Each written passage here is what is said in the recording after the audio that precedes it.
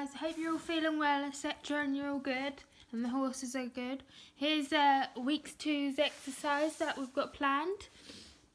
So as you can see, it's another grid work thing, and it follows on from what we were practicing last week, so really working on the twists and turns throughout the jumps as well, making sure the horses stay nice and flexible.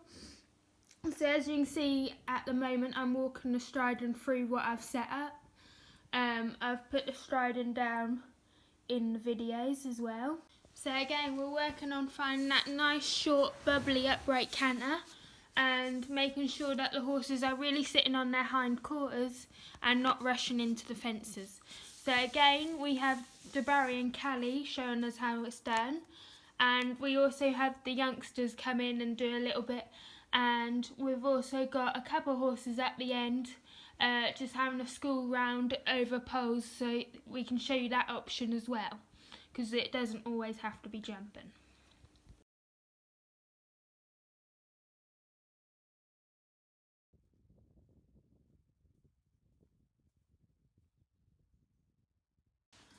So we've split it up into stages again, just to make sure the horses are capable and they're finding what we're putting them through easy.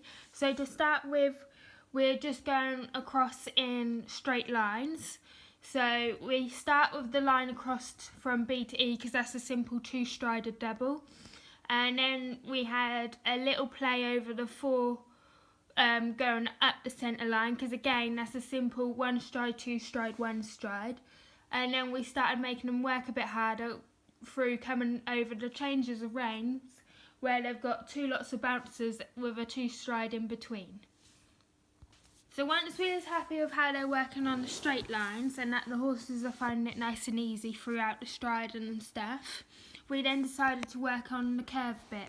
So what we've been doing is we've been coming in on an entrance, and we've been taking the left or right option either side of the usual straight line, as Wally's now about to show you if you look carefully.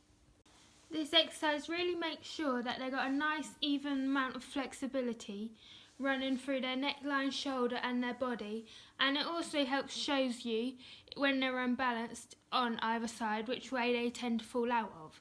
So it's a really good way to work on that. Now we have the optional jump, which is the wall fillers, and we've been using that with the older experienced jumping horses just to make sure they get their eye in, to challenge them a bit because we haven't given them any wings, etc. And it's a nice easy 1 stride in between. Then we set a bit of a challenge for the older, more experienced jumping horses on seeing if they could keep the loop going until we had completed all of them, as shown here by Callie. If you watched last week's grid work video, you'll be able to see that Callie's got a more settled upright canter this week.